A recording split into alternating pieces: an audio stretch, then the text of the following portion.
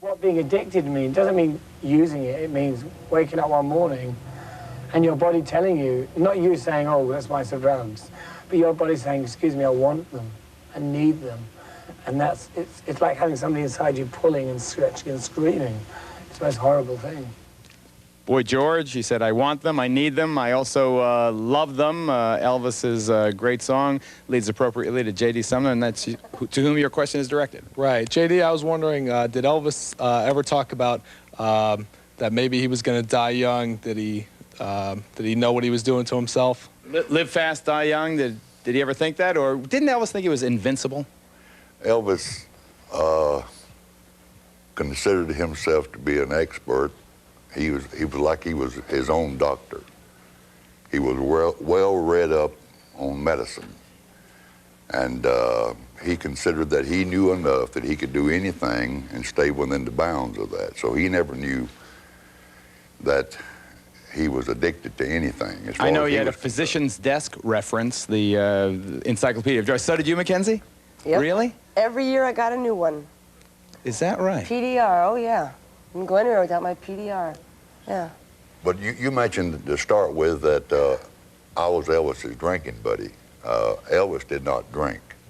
And I knew Elvis from the time he was 14 until he passed away. Little peach brandy. One glass of peach brandy is all he ever drank. But did he use it to wash down Quaaludes and Percodan and, you know, things of that nature? Well, the only thing that I knew that Elvis took was Quaaludes, sleeping pills, and uppers, and very strong uppers. He would fire you for using marijuana. He detested cocaine. And he approved of me drinking because I sold him that my drinking enabled me to sing low. And I was a good salesman. I was the only man that could drink on stage.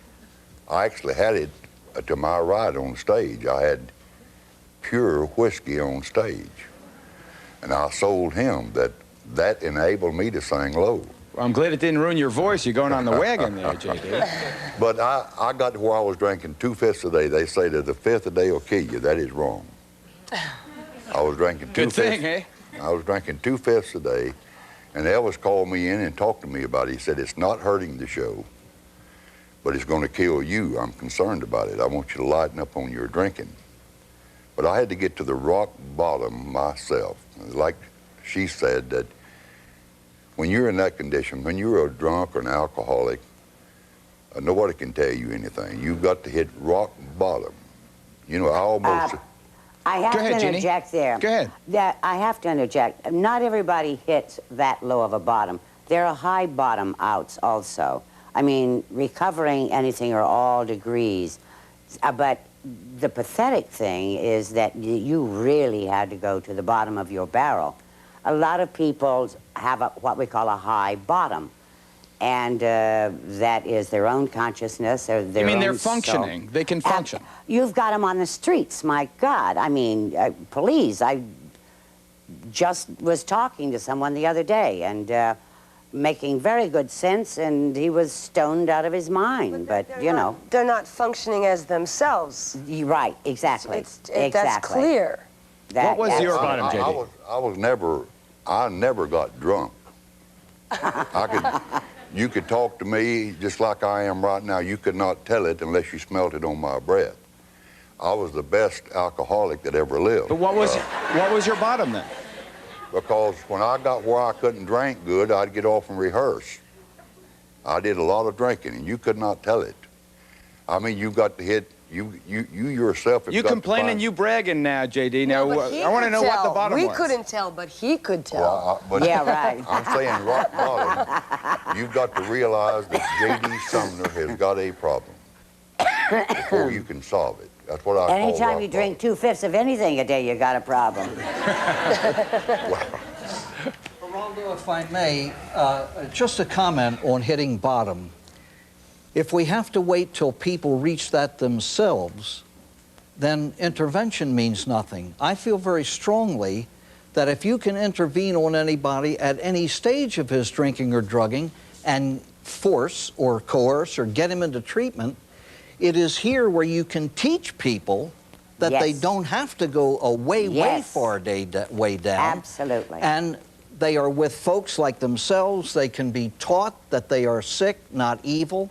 What they have to hit is a moment of truth, where they wish to decide to not drink more than drink, because I always tell people who feel they've hit their bottom, if you think you've reached bottom, pick up a drink. Watch me now. You'll find out what bottom is JD, about. That's just what would Elvis have said, what would you have said if the Inquirer had picked up the story that you had raw whiskey alongside you during every concert, and here's Elvis taking, you know, all these awards from the federal government for his stance against addiction? How would you have reacted? Well, if David Duffy had called you up and said, pick up the Inquirer next Monday, son, I got news for you? It's pretty bad to how I probably would have reacted, or Elvis, either one, because I don't think that they have the right to expose anybody. What gives them the right? Can I just say that, Geraldo? Geraldo, can I just... Okay. I do believe that as you said, the freedom of speech and the freedom of the press. I don't necessarily agree with the emotional, personal issue of being outed, so to speak, but our Constitution allows for it. Absolutely. The other thing, I'll let you in a secret. I mean, Look, personally and emotionally, it's not helpful to the person. The image of the National Enquirer, and this does happen, we do, of course, go around looking for things among celebrities. We cover celebrities like, you know, the Washington Post covers politics. I'm going to let you in a little secret from the Chief Snoop here. Sometimes I don't have to work very hard, because you may not realize this, Mackenzie probably does. Publicists, producers will sometimes call me in desperation, or call others on the Inquirer, and rat out, if you will, their own stars, because a big star like Mackenzie Phillips, with the problems she caused on the set, let's be honest, she was impacting on other people. She was very important. A lot of people's jobs depended on her. Yes. And they would call in desperation. You know how many times I've been called up and told, this star's getting too fat, do a story, please? Did the people try to wake her up? Did the people from One Day at a Time call you guys? My lips are sealed. I'm in the business of telling secrets, not telling who Let me gave list them to me. some of the other people outed in the pages of the Inquirer. Drew Barrymore, Gene Simmons of Kiss, obviously Liz Taylor, Jerry Lee Lewis. Now there's a boy that had a severe problem. I don't know if he's over it yet. Boy George, you saw him in the clip, Liza Minnelli, and Dennis Quaid. Dennis Quaid. You can tell us some of the stories behind this. David, I've got to take a break, and you're next again. Celebrity Addicts. Whose life is this anyway? That is our focus. Stay tuned.